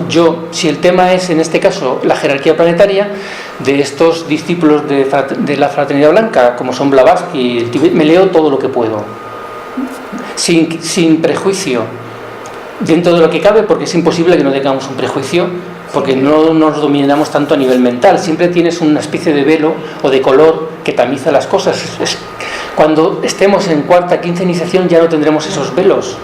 De hecho, hay un libro sobre esto que se llama El glamour o el espejismo, del tibetano, sobre los engaños que nos hacemos a nosotros mismos. Pero bueno, yo intento, dentro de lo que puedo, ver lo que dice Blavatsky de la Fraternidad Blanca o de Shambhala, ver lo que dice cada uno de ellos. Y entonces voy descubriendo cosas. Entonces,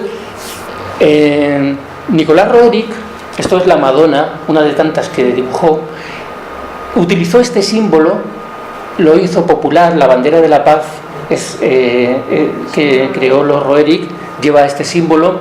Él lo vio grabado en piedras y en dibujos en diferentes lugares del mundo donde estuvo, y lo relacionó siempre con Shambhala. Y bueno, yo cuando me enteré digo, vale, es un símbolo de Shambhala que él ha utilizado. Pero luego resulta que, como yo estudio a la vez los demás maestros, estaba preparando para internet un libro de Olcott, ese señor de ahí se llama Olcott, y resulta que en el primer tomo de los 6 cuenta una experiencia que él tuvo, que estaba de noche en su habitación y de repente algo se movió que le despertó. Y miró hacia la ventana y en el aire, como flotando, poco visible pero lo suficiente, vio como 3 esferas. Sí, que Jiménez ve eso, dice, eso es un ovni que se le ha presentado en la casa a Olcott, ¿no? Entonces Olcott lo vio, se despertó y vio esos 3, y aparte estuvo mucho rato. Y entonces dice en el libro, ese es el símbolo de Shambhala, es el símbolo de la Fraternidad Blanca. Y luego descubrí que en muchas de las firmas de Blavatsky hay 3 puntos, y Blavatsky dice que es un símbolo que utilizan cuando firman los maestros en sus cartas. ¿Entendéis? Que se unen. Por eso yo siempre digo que esto es como un rompecabezas, que a través del estudio comparado de Blavatsky, Torkon, Alice Bailey, el tibetano, Onran, vamos viendo el dibujo, que ese rompecabezas con las piezas sueltas no lo vemos, ¿no? Es como la triada. Bueno, esto ya para hacer la burbuja y el esoterismo ficción más grande. Se dice en qué lugar del mundo trabajan. Los maestros de sabiduría trabajan en todo el planeta. Tienen sitios como Sigakse, como determinadas grutas, hay lugares en Palmira, hay lugares en Rusia, hay lugares en América, hay bastantes lugares en América del Sur, también en el norte. Hay lugares donde tienen sus centros y, como dijimos la semana pasada, sus bibliotecas incluso, con sus museos, etcétera. Pero se dice, y esto lo he recogido de varios maestros como Anglada, Torkon, el tibetano, se dice que hay un evento en Canadá. Bueno, antes voy a las cifras. Se dice que en este momento evolutivo en el que estamos, 20 años arriba, 20 años abajo, porque esto es una información de los años 80 de Torkon Saridarian, de los años 40 de Alice Bailey, de Vicente Beltrán Anglada también de los años 80, entonces no será exactamente así, pero más o menos nos sirve. En este momento evolutivo más o menos hay 7 millones de discípulos en el mundo, que seguramente muchos ni sepan que son discípulos. Porque el discípulo, una persona empieza a ser discípulo cuando tiene una aspiración de servir a los demás. En ese momento empieza un proceso, digamos que se enciende una luz, y ya cuando hablemos de ramas os diré una cosa muy bonita sobre unas cuevas que hay en el Tíbet. Es como si se encendiese una luz y allí dice, hombre, que hay uno que quiere salir del fango y quiere dejar de ser animal y ser persona, ¿no? Y entonces se fijan y empiezan de alguna manera a mover hilos con los señores del karma para ayudar a esa persona a salir del fango, a convertirse en un hombre como Dios manda, ¿no? Entonces se dice que en esas características, en diferentes niveles, hay 7 millones. De todas las razas, hombres y mujeres y de todo el planeta. Y ahí hay artistas, hay cantantes, hay políticos, hay financieros, hay de todo tipo de... De hecho, cuando demos la charla de Arran, os pasaré una hoja donde Vicente Beltrán Aguilera, que él estaba en un Arran y da detalle de los personajes, no, creo que no da los nombres pero dice, hay un político americano, hay un escritor inglés, hay un no sé qué, y hace una lista bastante larga de miembros de su Arran que estaban ahí aprendiendo con él. Se dice que hay miles, ya no millones, miles de iniciados de tercer grado en el planeta. Ojo, antes de esto, hemos dicho que la Fraternidad Blanca, los señores de la llama, los señores de Venus, vinieron hace 18 millones de años. Vinieron a dar un golpe a la evolución en el planeta, movieron una serie de energías radioactivas y se puso todo en marcha, ¿vale? Entonces, ellos trabajan de una manera que ellos, la jerarquía tiene como unos puestos, como una empresa, ¿vale? Y hay departamentos, como acabamos de ver. Cuando alguien de la base, cuando un empleado supera determinados exámenes, que son las iniciaciones, ocupa un puesto superior. Y ese maestro que vino de Venus o de Sirio vuelve, se va de la Tierra. ¿Entendéis la idea? Se ocupa su puesto y el otro se regresa. Sí. Se dice que a día de hoy todos los puestos ya están ocupados por seres humanos suficientemente evolucionados. Todos los departamentos de la Fraternidad Blanca están ocupados por seres humanos que han llegado a ese nivel evolutivo como para poder realizar ese trabajo, y se han retirado. El que no se ha retirado son los ángeles solares, que no se retirará hasta que lleguemos a un nivel evolutivo de quinta iniciación, y no se ha retirado Sanat Kumara, aparte de Devas, los señores del karma, etcétera, que están también por aquí pululando, están por ahí pululando. Bien, entonces hay miles de iniciados de tercer grado, hay cientos, ¿entendéis la diferencia? De cuarto grado, y hay solamente 60. entre 64 y 70 como mucho de iniciados de quinto grado. ¿Y eso?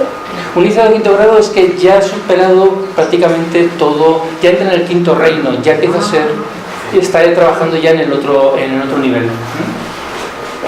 Y hay 14 que trabajan en secreto. Los otros 49, 60 o 70, según la versión, se sabe más o menos quiénes son, sus nombres, etcétera, etcétera. A nivel de la fraternidad, más todavía. Pero hay 14 que no se sabe quiénes son, que trabajan en secreto. Eso como dato. Y luego, pues nada, hay uno en Canadá, hay 2 en Estados Unidos, que yo lo pongo ahí no significa que están ahí. Ya. Porque sería más cerca de la costa de Washington que del centro de Estados Unidos. Y menos cerca de Texas. Ahí, por supuesto que no hay ninguno. Ahí no hay ninguno.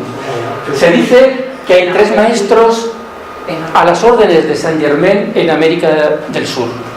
Y que hay 3 países, que son Brasil, Argentina y Uruguay, que forman un triángulo, Sí. que tienen... La Fraternidad Blanca está muy interesada. Hay suficiente gente ahí con un nivel evolutivo para poder hacer cosas interesantes de cambios de todos los niveles, político, social, cultural, etc.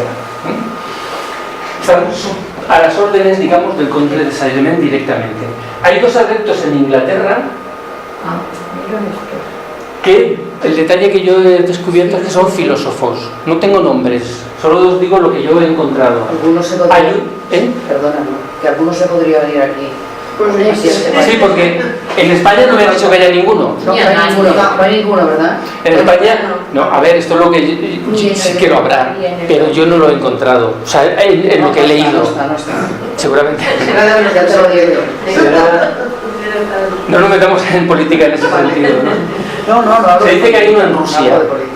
Se dice que hay 3 en el Cairo, que trabajan en Egipto, que trabajan en todo lo que es la zona, porque cada uno de estos no es que trabaje en un pueblecillo ahí, sino que abarca toda una zona geográfica, ¿no? Política, social del planeta. Hay un adepto en Rusia, hay 2 adeptos en la India y los 3 que he dicho en Egipto. Así también el detalle que los de América del Norte trabajan en el plano mental inspirando al público con pensamientos filosóficos y místicos. Estos son detalles muy concretos. Bien, entonces, para terminar, os pongo esta frase.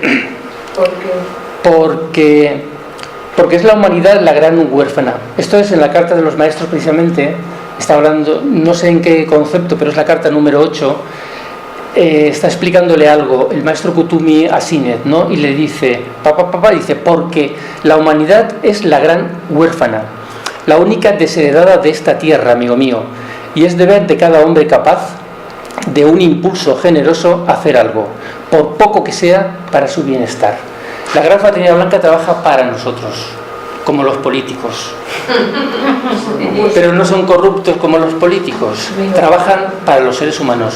Están aquí para ayudarnos, no para nuestras tonterías y nuestras pequeñeces de las pequeñas voluntades de los hombres. Pero están para que todo el planeta vaya, también el mundo mineral, el mundo vegetal, vaya creciendo, vaya aprendiendo, vaya desarrollándose. Y eso es lo más maravilloso que nos pueden decir. Porque el futuro, yo por eso siempre soy optimista, por más negra que sea nuestra realidad, nuestro futuro es glorioso, porque nos vamos a convertir en maestros, nos vamos a convertir, y el planeta se convertirá en un planeta sagrado, y algún día esto será ese paraíso que tuvimos en un momento en el pasado, pero con consciencia. Nos habremos convertido de niños en padres y en abuelos, ¿entendéis? Conoceremos las leyes de la naturaleza, las dominaremos. Todo el planeta será algo maravilloso. Y estamos muy lejos de eso, pero estamos también muy lejos del pasado que teníamos. Entonces, ellos están a nuestro servicio. Entonces, no trabajan para los individuos, trabajan para toda la humanidad. El concepto de ellos es colectivo, es social. Y bueno, eso es lo que yo os quería hoy contar. Unos bocetos. Esto es muchísimo más complicado. Tenéis aquí unos libros que podéis leeros que están relacionados con el tema. ¿Se puede hacer la foto? Sí, aunque lo pondré en internet, pero puedes hacer una... Por favor. En ese folleto que os he regalado tenéis la dirección de internet, tenéis la biblioteca y el canal de YouTube donde se ponen los vídeos. Esto es muchísimo más complicado, porque aquí entran los centros de Shambhala, entran las esferas de Shambhala, pero como vamos a dar en la conferencia de los Arrans y lo del grupo de servidores del mundo, ahí veremos cosas también muy interesantes. La de Arran en concreto va a estar muy bonita, no es porque la de yo, pero va a estar muy interesante. ¿Qué día es? El último lunes, que no sé en qué cae, de enero. De enero, o sea, claro, diciembre nada. Diciembre, vacaciones. Por cierto, feliz año a todos, que ya no nos vamos a ver. ¿Vas a traer una hoja como hiciste este año? De todos los meses. No, porque la que ya hay ya abarca hasta febrero. La hoja donde están las conferencias abarca hasta febrero. Cuando se termine el ciclo, me tomaré un descanso y daré un ciclo sobre el futuro. El futuro en relación a cada uno de los 7 rayos. El futuro a nivel político, el futuro a nivel religioso, a nivel científico, a nivel filosófico, a nivel artístico, en cada uno de los 7 rayos, que dicen todos estos maestros de lo que va a pasar, porque hay una cantidad de información impresionante, y hay cosas que asustan, y hay cosas que son increíbles, preciosas, pero eso es ciclo lo empezaré cuando acabe este, y me tomaré unas vacaciones. Unas vacaciones. No sé, 2 o 3 años. No es para el futuro, pues entonces en el futuro las daré. Bueno, muchas gracias, lo dejamos aquí.